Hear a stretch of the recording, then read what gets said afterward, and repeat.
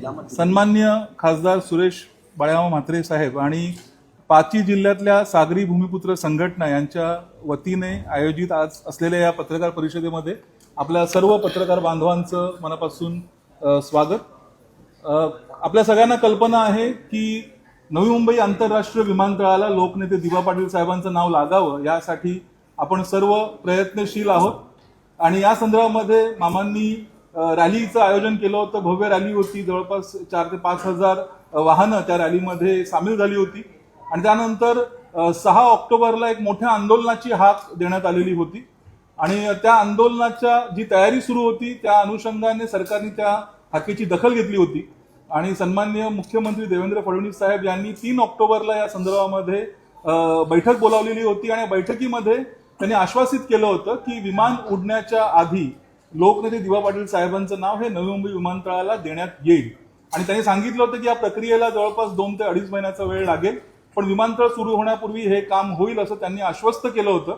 त्यामुळे 6 ऑक्टोबरला जे जन आक्रोश आंदोलन होणार होतं ते आंदोलन त्यावेळी आम्ही तात्पुरतं स्थगित केलेलं होतं।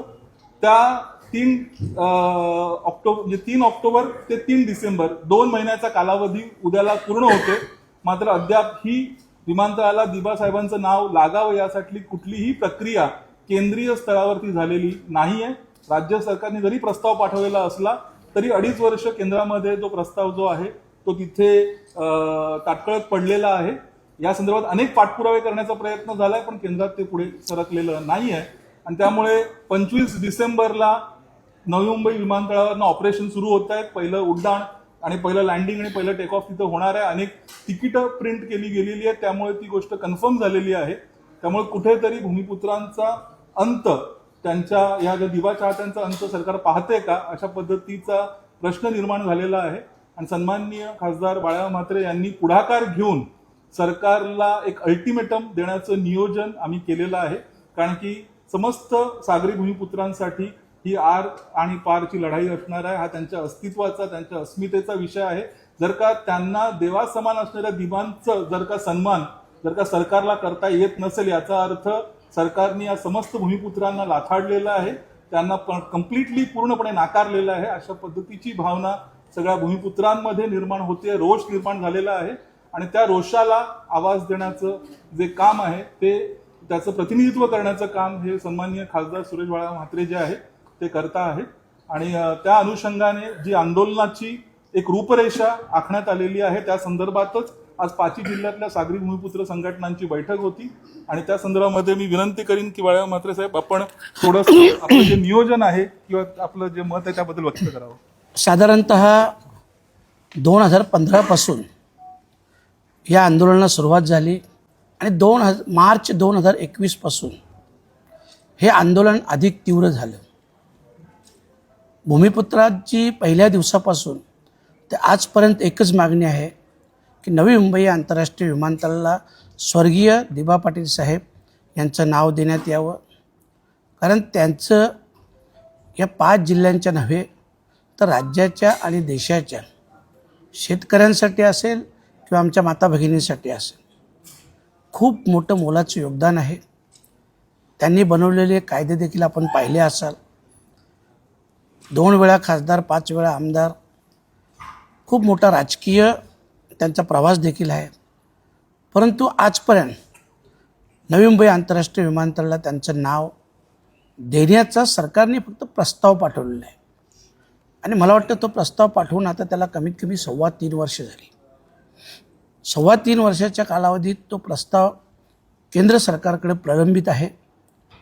मागे जेव्हा आम्ही आंदोलनाचा पवित्रा घेतला त्यावेळेस मुख्यमंत्री देवेंद्रजी फडणवीस साहेब यांनी एक मीटिंग बोलावली आणि त्या मीटिंगमध्ये येणाऱ्या 2 ते 2.5 महिन्यात म्हणजे विमानांचं टेक ऑफ लँडिंग व्हायच्या अगोदर या विमानतळाला नाव देण्यात येईल अशा प्रकारचं आम्हाला सगळ्यांना आश्वासन दिलं।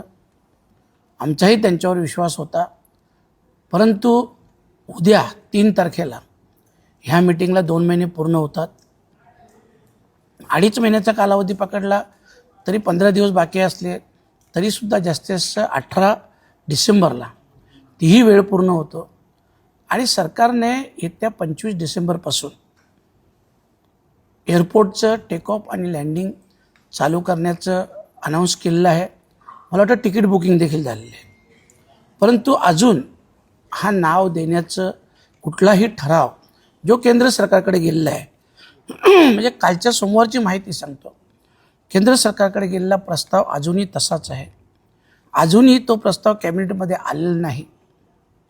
तर त्याच्यामुळं या सगळ्या गोष्टींचा विचार केला असता आणि बऱ्याच दिवसापासून सगळ्याच भूमिपुत्रांच्या मनात एक रोष आहे, एक खतखत आहे आणि त्यांचा रोष खतखत ही आम्ही आमच्या आजच्या, कारण आज साधारणतः 30 ते 35 संघटना स्थानिक भूमिपुत्रांच्या ज्या काम करतात त्यांचे प्रतिनिधी आज इथे उपस्थित होते.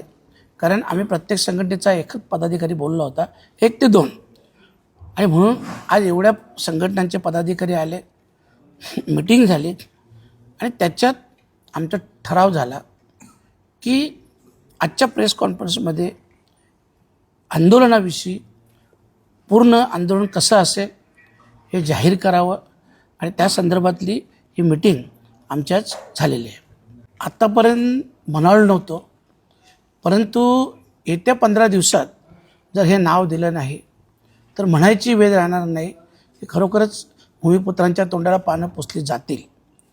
परंतु आज ही मिटिंग त्याच्यासाठीच बोललं आहे आणि येत्या 22 तारखेला आज आमचं ठरलं आहे की येत्या 22 तारखेपासून या आंदोलनाला सुरुवात होईल आणि त्या आंदोलनाचं नाव असेल दी.बा. पाटील साहेब नवी मुंबई आंतरराष्ट्रीय विमानतळ नामांतरण आणि खाली असेल स्थानिक भूमिपुत्रांचा जन आक्रोश मोर्चा.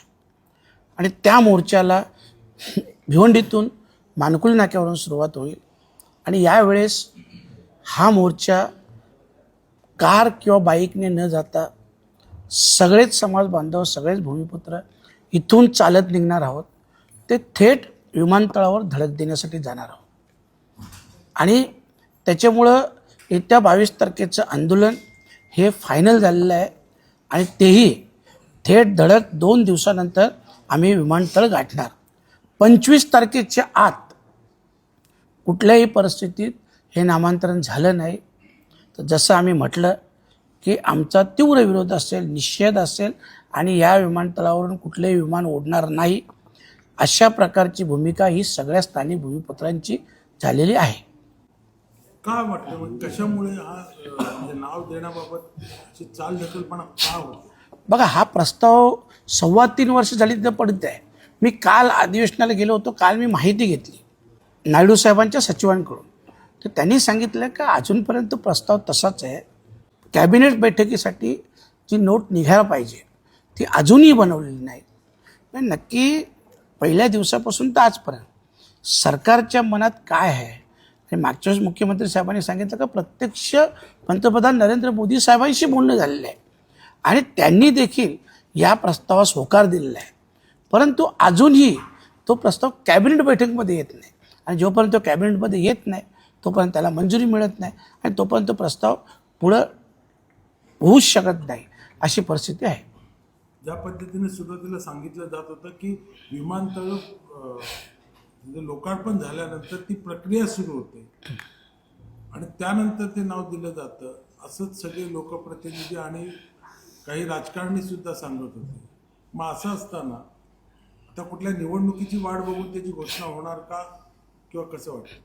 हे आता 2-3 दिवसात समजेल.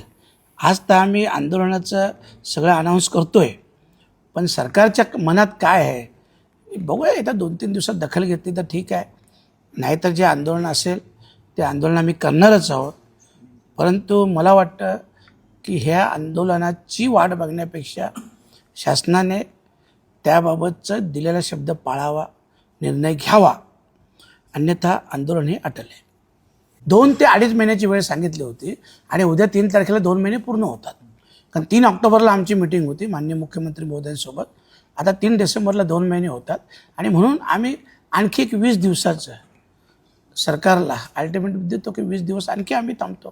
तुम्ही 20 दिवसात करा, अन्यथा 22 तारखेपासून हे आंदोलन पुकारलं जाईल. आंदोलन जेव्हा सुरुवात होईल तेव्हा 20 ते 25 हजार लोकही भिवंडी तालुक्यातील या आंदोलनात सहभागी असतील. आणि 5 जिल्ह्यातले लोक याच्यामध्ये सहभागी होणार आहेत. आणि त्याच्यामुळे पुढे ही जसं संख्या- जाणार ही संख्या लाखांच्या वरती असेल एवढी मात्र नक्की. 20 तारखेपर्यंत हे नाव दिलं गेलं नाही तर 22 तारखेला आमचं आंदोलन असेल आणि हे आंदोलन भिवंडी मानकुल्यापासून चालू होईल ते धडक विमानतळावर असेल आणि 25 तारखेनंतर आम्ही एक विमान उडू देणार नाही अशा प्रकारची आज आम्ही सरकारला इशारा देतो आणि सरकारने त्याच्या गांभीर्याने विचार करतो.